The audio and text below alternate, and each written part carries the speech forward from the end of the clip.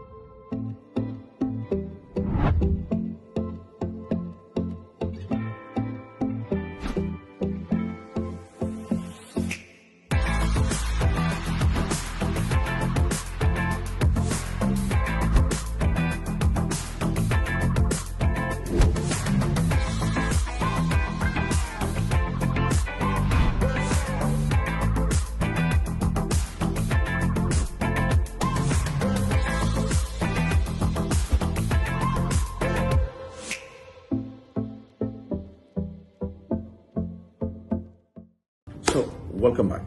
Now, what if I told you that the biggest retirement mistake isn't actually choosing the wrong stock? Think about that for a second. But instead, it's relying on only one strategy. For decades, millions of people have been taught a simple formula, which is work hard, contribute to your retirement account, invest consistently, and wait. And while that approach has helped many people build wealth, a growing number of investors are actually asking a totally different question. And that question is, should all of my future earnings depend on one asset alone or one category of investment alone? And that's where diversification enters this conversation. Today, we are going to explore several alternatives that investors often discuss when looking beyond traditional forms of investments, which includes real estate, private businesses, intellectual property, leasing, and also the shipping industry in particular. The goal is not replacing one asset with another. The goal is understanding how different assets may contribute to a diversified income strategy. Now, I'm going to cover on this particular subject, which is why investors start looking beyond a single strategy. As investors gain experience, many of them start thinking differently. Early on, the focus is often on accumulation. Later, the focus becomes all about income. The question changes from how much can I grow to how can I create multiple streams of income. And that shift is important. Many financial people eventually begin to successfully explore stocks, businesses, real estate, royalties, private-backed investments, asset-backed opportunities, not because they dislike traditional investing, but it's mainly because they understand the value of diversification. Now, let's cover, I'm going to elaborate more on the difference between growth and income. One of the most overlooked concepts in investing is the difference between growth and income. Growth focuses on appreciation, whereas income focuses on cash generation. Some assets are primarily growth-oriented. You got to take that into consideration, while others are designed to generate recurring revenue. Experienced investors often evaluate both because a diversified financial strategy may include assets designed for growth, assets designed for income, assets designed for stability. Now, this creates proper balance. Now, I'm going to be talking about the different alternatives. Alternative number one, real estate. For decades, real estate has been one of the most popular and most common alternatives to traditional retirement investing. Why? Because real estate can potentially provide rental income, asset ownership, and appreciation. Many investors appreciate tangible assets. They like owning something that they can see and understand. But real estate also comes with a lot of challenges, which is maintenance, financing, vacancies, and property management. Every asset class has trade-offs. Now I'm going to be talking about the second alternative, which is business ownership. Business ownership is another path many investors explore. Businesses can create scalability, cash flow, and long-term value. The challenge is that businesses require management, operations, decision-making. Not everyone wants to run a business. And I'm going to tell you something really honest out here, because running business is not everyone's cup of tea. All right. If that was the case, then pretty much every layman would have been an entrepreneur today, isn't it?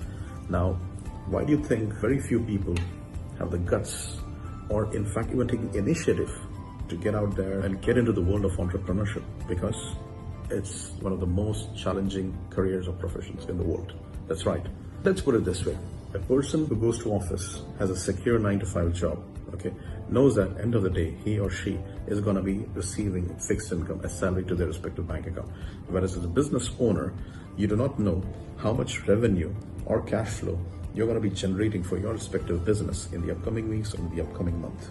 And that's the exciting and fascinating part of running a business, because it's this uncertainty, which gets a business owner moving and working on challenges, becoming more dynamic, especially if the person has got the zeal, the required enthusiasm, to get out there, be a problem solver. Then he or she, no matter who the individual is, will definitely succeed as an entrepreneur. So you want to understand that ultimately many investors eventually recognize the power of owning productive assets. Now I'm going to talk about the third alternative, which is intellectual property. Now this is an area which many people overlook, and I'm going to give you some classic examples of areas or basically entities which falls under the intellectual property category. So they are books, courses, licensing, digital products. Intellectual property can continue generating revenue long after it is created, and that's one reason why many entrepreneurs are building publishing businesses. They view intellectual property as an asset rather than just viewing it as a simple product. Now I'm going to talk about the fourth alternative, which is logistics and shipping container. Now let's discuss about a sector that many people rarely think about. That is global logistics. Almost everything around us depends on transportation. Products move between manufacturers, distributors, warehouses, retailers, and shipping containers play a major role in the whole process. Most people see containers as steel boxes, but from a business perspective, containers are operational assets used within global trade systems. Now, you gotta understand, without containers, the modern commerce would look entirely different. Now I'm gonna tell you why some investors find shipping containers fascinating or interesting. Now, one primary reason why shipping containers attract a lot of attention is because they are connected to real-world economic activity. Regardless of headlines, goods still move, supply chains still operate, businesses still require transportation, and that practical utility makes logistics an interesting sector to study. Many investors are attracted to industries that solve real-world problems, and logistics certainly qualifies. Now I'm going to talk about understanding the container leasing process. So you got to understand that container leasing is part of a larger ecosystem. Containers may be deployed and utilized by different businesses, which are primarily involved in transportation and trade. The key concept is that these operational assets have operational utility. Investors who study this sector often focus on industry demand, utilization, operations, and global trade activity. Understanding the business model is often more important than focusing solely on projected outcomes. Now I'm going to be covering an interesting part, which is going to be about the power of diversification. The most important lesson is not about one asset being better than the other one. The lesson is diversification. Many experienced investors avoid concentrating all of their capital into one single category. Instead, what they do is they spread exposure across different sectors. Why? Because different industries perform differently under different conditions. Diversification creates flexibility. Now I'm going to elaborate more about the concept of thinking like an investor. One common trait among successful investors is patience. So they don't chase every headline. They don't jump from trend to trend. They focus on understanding. What they primarily focus on understanding is industries, business model, cash flow, economic activity. Then they make the decisions based on knowledge rather than emotion. And it's that mindset which separates long-term investors from short-term speculators. The conversation around retirement income is evolving. More investors are exploring ways to diversify beyond a single strategy. Some focus on real estate, some focus on businesses, some focus on intellectual property. Others become focused on sectors like logistics and shipping container leasing. But the interesting thing about all of this is education. Because the more you understand different industries, more informed your financial decisions become. And in a world filled with a lot of noise, understanding becomes one of the most valuable assets that anyone can possess. So, hope you guys enjoyed this video. If you do have any questions, feel free to reach out to me so that one of my team members can reply to you. And if you want to get started by learning more about shipping containers, or let's say any of our other programs, feel free to reach out to us. Alright guys, we'll be coming with the next video very soon. Till then, you guys take care. God bless. Cheers.